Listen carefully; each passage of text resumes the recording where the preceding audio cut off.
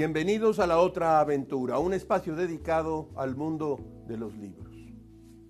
El escritor y futbolero uruguayo Eduardo Galeano escribió lo siguiente: Hernán Cortés lanzó la pelota al suelo y así el emperador Carlos y sus numerosos cortesanos asistieron a un prodigio jamás visto. La pelota rebotó y voló por los aires. Europa no conocía esa pelota mágica, pero en México y en Centroamérica el caucho se usó desde siempre y el juego de la pelota tenía 3000 años de edad. Así dice Eduardo Galeano. Tal vez la pasión por el fútbol nos venga de mucho más atrás de lo que pensamos. Lo cierto es que en septiembre de 1896 se publicó el primer número de The Mexican Sportsman.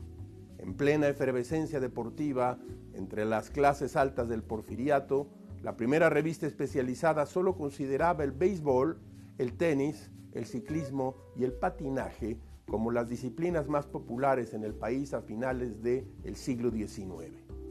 Pero en esas mismas páginas ya se ha hablado de un deporte naciente llamado fútbol.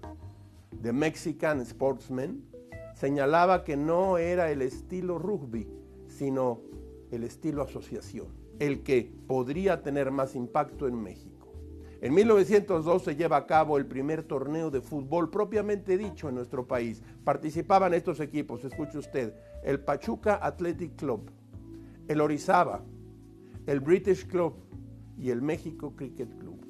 Se podría fechar ahí el inicio del fútbol mexicano. En su famoso libro, Hombre de Fútbol, Arthur Hopcroft hablaba así sobre la popularidad del fútbol en Inglaterra, consideración que en México nos viene perfectamente. Es más excéntrico ignorarlo a propósito que dedicarle la vida. Tiene más importancia para el carácter nacional que el teatro. Hoy hablaremos de fútbol y letras latinoamericanas. Otra de Galeano, escuche usted: en el fútbol, ritual, sublimación de la guerra, 11 hombres de pantalón corto son la espada del barrio, la ciudad o la nación. Como todas las semanas les recuerdo que fue Adolfo Bioy Casares quien escribió que leer era la otra aventura y que la primera era probablemente la vida misma. Estamos pues en la otra aventura.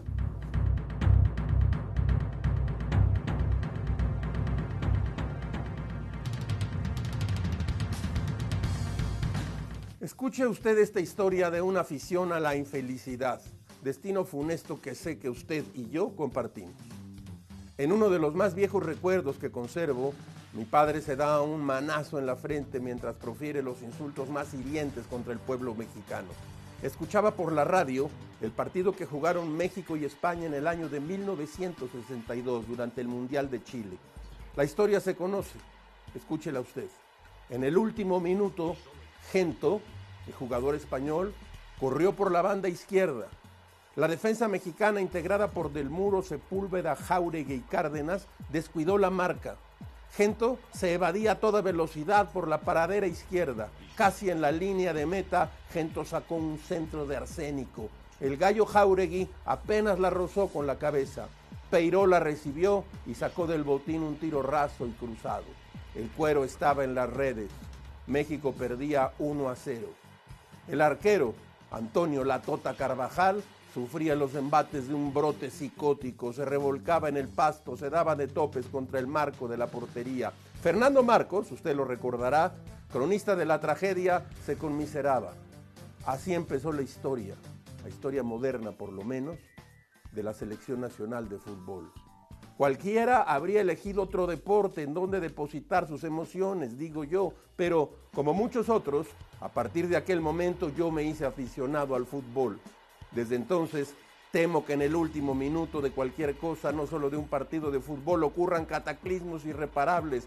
Por lo mismo, recelo de los embates devastadores del azar y soy, como buena parte de los seguidores del equipo nacional, un aficionado neurótico, experto en infelicidades.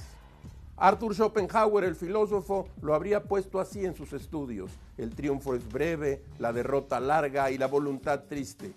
Si nos ahorramos la ilusión de 2 o 3 momentos en que la selección mexicana burló al destino y escapó a encontrarse con el triunfo, lo que quedaba entre el polvo es una impecable historia de fracasos. los aficionados a los sueños del césped, a la epopeya fugaz de un remate de cabeza, a la geometría euclidiana contenida en un pase de 30 metros, en fin, a la destrucción de la lógica en un balón que anida en las redes. Decía que, si tomamos en cuenta todo esto, los aficionados hemos acumulado material suficiente para armarnos de valor y tocar la puerta de un reputado psicoanalista, tendernos en el diván y contar la relación de un destino funesto llamado Selección Mexicana de Fútbol.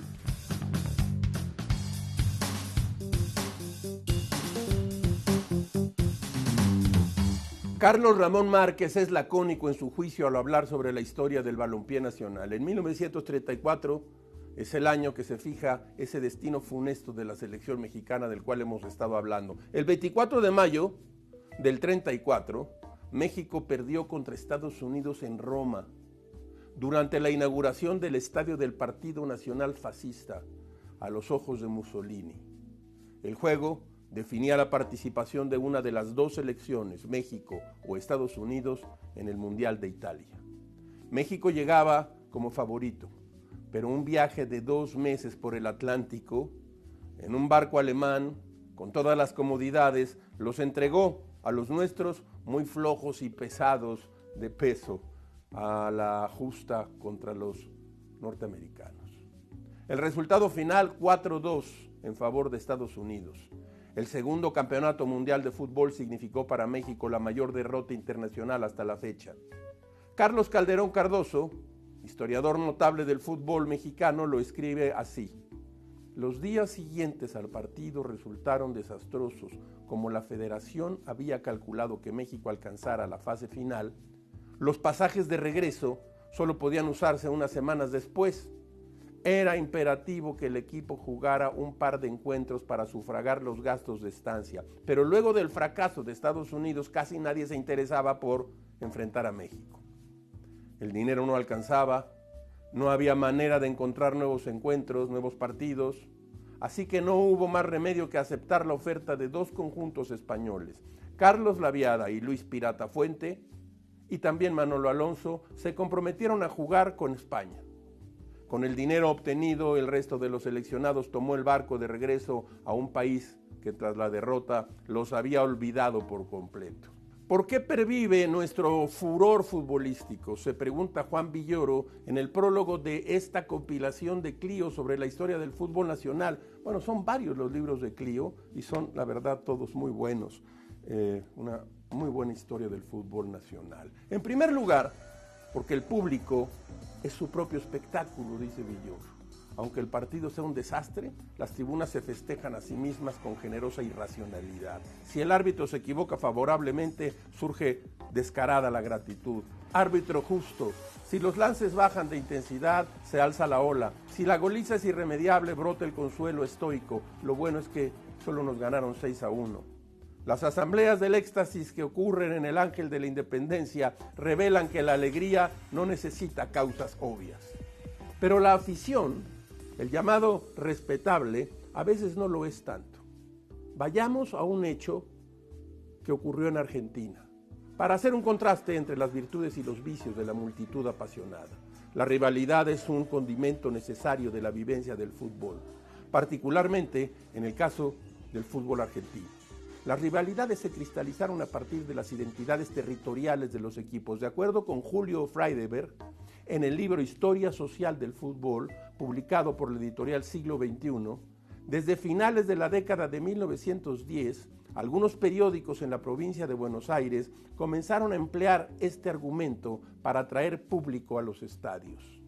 Friedeberg cuenta que especialmente desde las páginas del diario Crítica se promovió el honor barrial que cargaban los equipos de fútbol.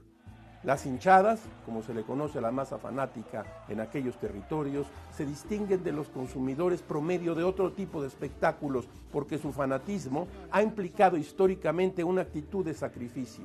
La actitud del hincha suele ser activa.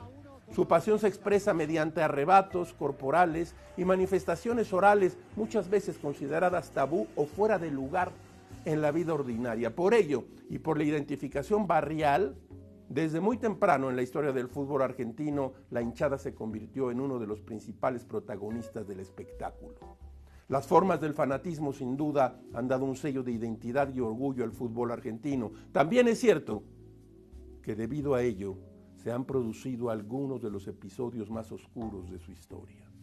Uno de ellos ocurrió la noche del miércoles 3 de agosto de 1983 en la Bombonera, el estadio del Club Atlético Boca Juniors, que se enfrentaba con el Racing Club de la Avellaneda. Argentina vivía entonces un periodo de cambio. Los militares empezaban la retirada y la libertad se filtraba cada vez por rendijas más grandes. En 2 meses y medio serían celebradas las primeras elecciones libres y democráticas después de 7 años de dictadura.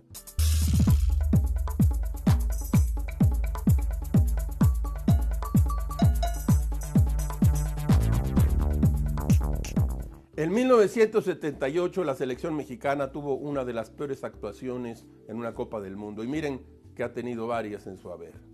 El equipo nacional fue derrotado en sus 3 partidos en la fase de grupos. Los dirigidos por José Antonio Roca perdieron en el debut contra Túnez por 3-1, contra Alemania por 6-0 y finalmente contra la selección de Polonia también por 3-1. El conjunto mexicano se despidió de la Copa como el equipo más goleado y el segundo menos goleador, siendo además el último lugar de la competición, así como usted lo oye. 1978. En un texto titulado El año de la peste, que forma parte del libro Breve historia del ya merito, aquí lo tengo, con una edición y prólogo de Rodríguez Martínez Tizano, lo publicó Sexto Piso. Bueno, precisamente Tizano nos cuenta que el equipo dirigido por Roca, ídolo del americanismo, concentró en el flamante hotel del Club Rosario Central, a orillas del Paraná, a toda la selección, entre comodidades que el seleccionado mexicano pudo disfrutar durante su estadía en la ciudad deportiva del Canalla, mote con que se conoce al equipo rosarino. Figuraban 2 albercas semiolímpicas y una confitería con vista al río. Por su parte, el equipo de Túnez, debutante en las justas mundialistas, se hospedó en un hotel Libertador en pleno centro de la ciudad. Cuenta Márquez Tizano que Roca tenía confianza, 1, en golear a Túnez. Veía posible rescatar un empate frente a Polonia y aceptaba la probabilidad de perder con Alemania. Con esta combinación de resultados, el equipo podría pasar la ronda, a la siguiente ronda.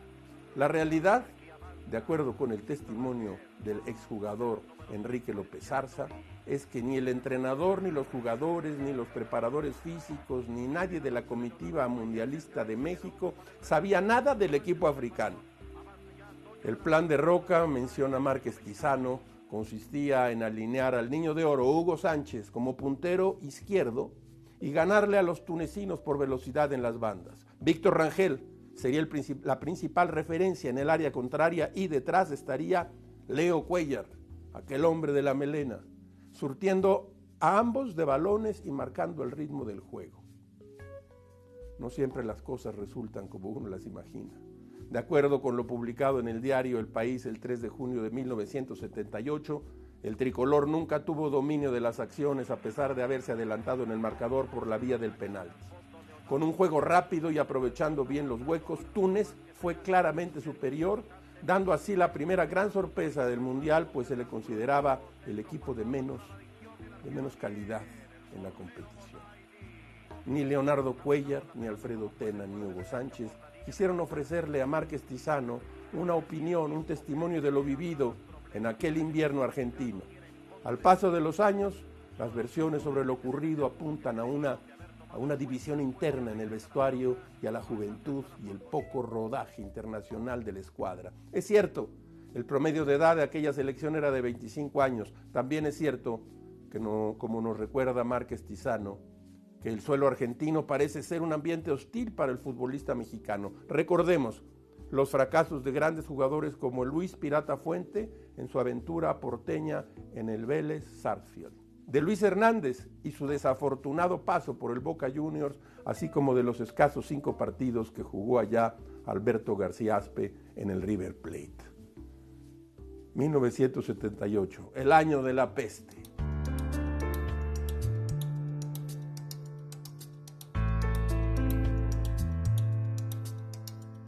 Después de El fútbol a sol y sombra, de Eduardo Galeano, aquí lo tengo en una edición de siglo XXI,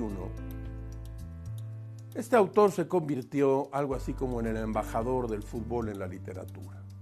Escribió después Cerrado por el fútbol, aquí está en siglo XXI también, donde aceptó que solo quería acercar a los literatos al fútbol y a los futbolistas a la literatura, pero la respuesta lo sobrecogió. Traemos aquí un relato que demuestra hasta dónde llegó su influencia. Escuche usted a Eduardo Galeano. Escribí El fútbol a sol y sombra para la conversión de los paganos. Quise ayudar a que los fanáticos de la lectura perdieran el miedo al fútbol y que los fanáticos del fútbol perdieran el miedo a los libros, pero jamás imaginé nada más. Sin embargo, según Víctor Quintana, que fue diputado federal en México, ese libro le salvó la vida. A mediados de 1997, él fue secuestrado por unos asesinos profesionales, contratados para castigar denuncias de negocios sucios.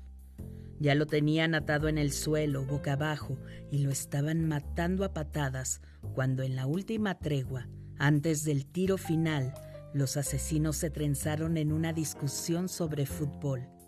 Entonces Víctor, más muerto que vivo, metió su cuchara en el debate y se puso a contar historias de ese libro, canjeando minutos de vida por cada cuento salido de esas páginas, como Sherezad había canjeado un cuento por cada una de sus 1001 noches de vida. Y las horas y las historias fueron pasando, y por fin los asesinos lo abandonaron, atado y aporreado, pero vivo. Le dijeron: «Nos caíste bien», y se marcharon con sus balas a otro lado.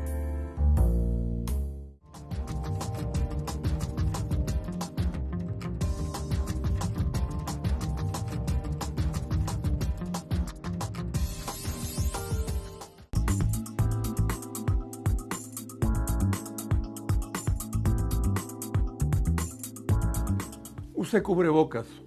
Sigue siendo aún hoy un instrumento que puede evitar que usted enferme de COVID. Esto, la sana distancia y la responsabilidad social pueden ayudarnos a terminar con la pandemia. Mire usted, hemos anunciado aquí en La Otra Aventura varias veces algunos libros, pero quiero volver por lo menos a presentárselos. Historias insólitas de los mundiales del fútbol en Planeta. Julio Freiderberg, ya hablamos hoy de él, Historia social del fútbol, siglo XXI, editores. Los Juegos del Hombre, Identidad y Poder en la Cancha, de Franco Baboni, editorial Callarena. Tantos mundiales, tantas historias, Alfredo Relaño, muy buen libro, Roca Editorial. La economía del fútbol, de Ciro Murayama, publicada en Callarena. Juan Villoro, usted conoce este libro, Dios es redondo. Hombre de fútbol, Arthur Hofkraft, hoy hablamos de él. Martín Caparrós y Juan Villoro, Ida y Vuelta, una correspondencia sobre fútbol. Balón dividido, de Juan Villoro. Yo mismo incurrí hace algunos años e hice este breve libro que se llama Sonido Local, Piezas y Pases de Fútbol. Esto y dos clásicos de los que hemos hablado hoy aquí, El fútbol a sol y sombra y Cerrado por fútbol, Eduardo Galeano. Libros de fútbol. Sobre el fútbol, el escritor francés Jean Giraudoux dijo que la pelota es lo que mejor se escapa a las leyes de la vida y que un equipo de fútbol le da el motor de 11 malicias y de 11 imaginaciones. Los juegos de pelota se han identificado en antiquísimas civilizaciones orientales, mesoamericanas, clásicas o medievales, pero fue en Inglaterra entre 1840 y 1860 que surgió el fútbol moderno. En la literatura se encuentran referencias desde Shakespeare hasta nuestros días, y a pesar de que muchos escritores lo han desdeñado y hasta odiado, grandes escritores han sido parte de la pasión por el fútbol. Mientras que Borges decía que el mayor pecado de Inglaterra era la difusión de juegos tan estúpidos como el fútbol, Albert Camus confesaba que cuando veía la palabra rúa en las señalizaciones callejeras, el corazón le daba un vuelco, porque recordaba inevitablemente a su equipo de fútbol universitario, el Racing Universitaire d'Argel, Rúa.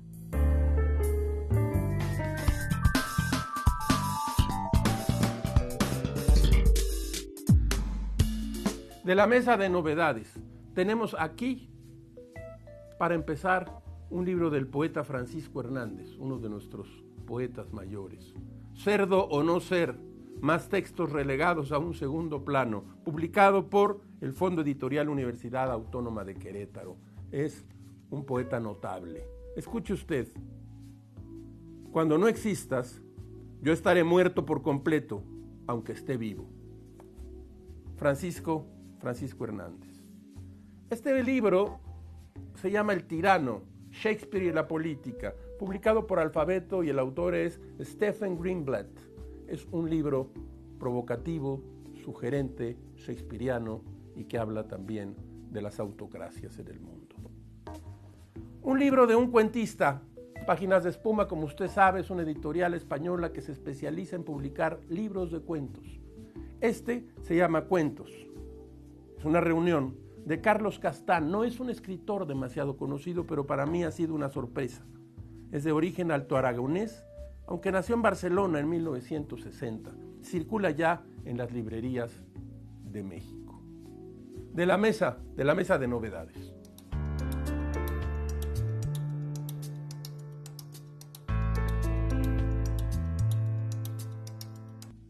Los partidos de la fase de grupos de la selección anfitriona de la Copa del Mundo de 1978 se jugaron exactamente los mismos días que los partidos del equipo mexicano. Argentina consiguió la victoria en sus dos primeros encuentros, primero frente a Hungría y después ante Francia, y fue derrotada por Italia. Pese a ello, el cuadro dirigido por César Luis Menotti se clasificó a la siguiente fase.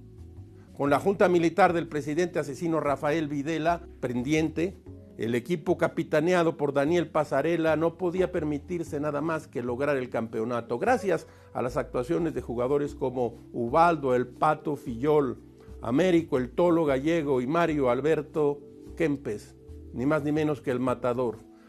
Argentina logró eliminar a Polonia en los cuartos de final, golear con sospecha de amaño al equipo de Perú de Teófilo Cubillas y derrotar a una Holanda mermada por la ausencia de su gran estrella Johan Cruyff, en una final que tuvo que jugarse hasta el tiempo suplementario.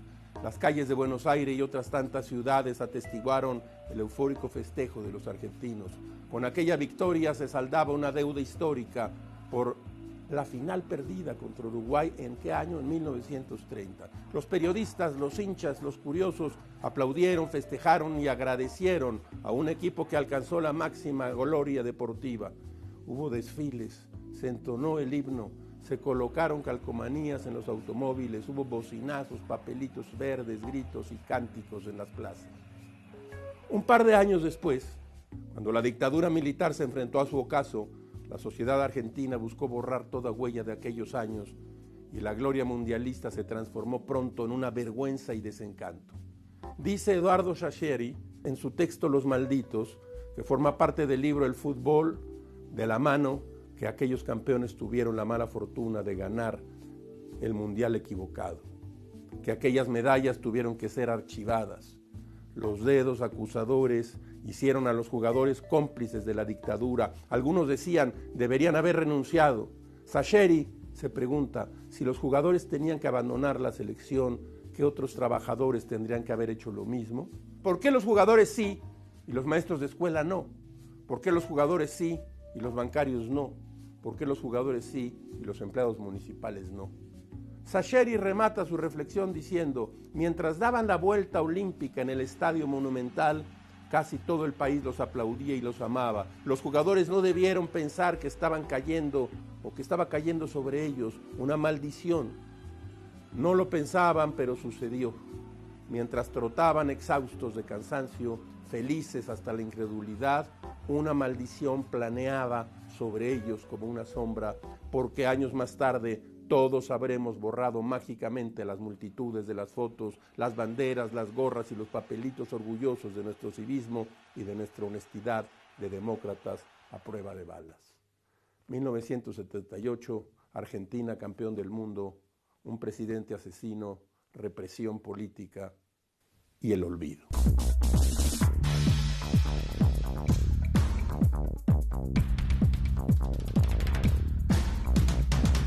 Como todas las semanas, usted encontrará aquí un espacio ¿para qué? Para la felicidad de las frases célebres, esas que uno quiere repetir en la sobremesa alguna vez. Escuche usted esta.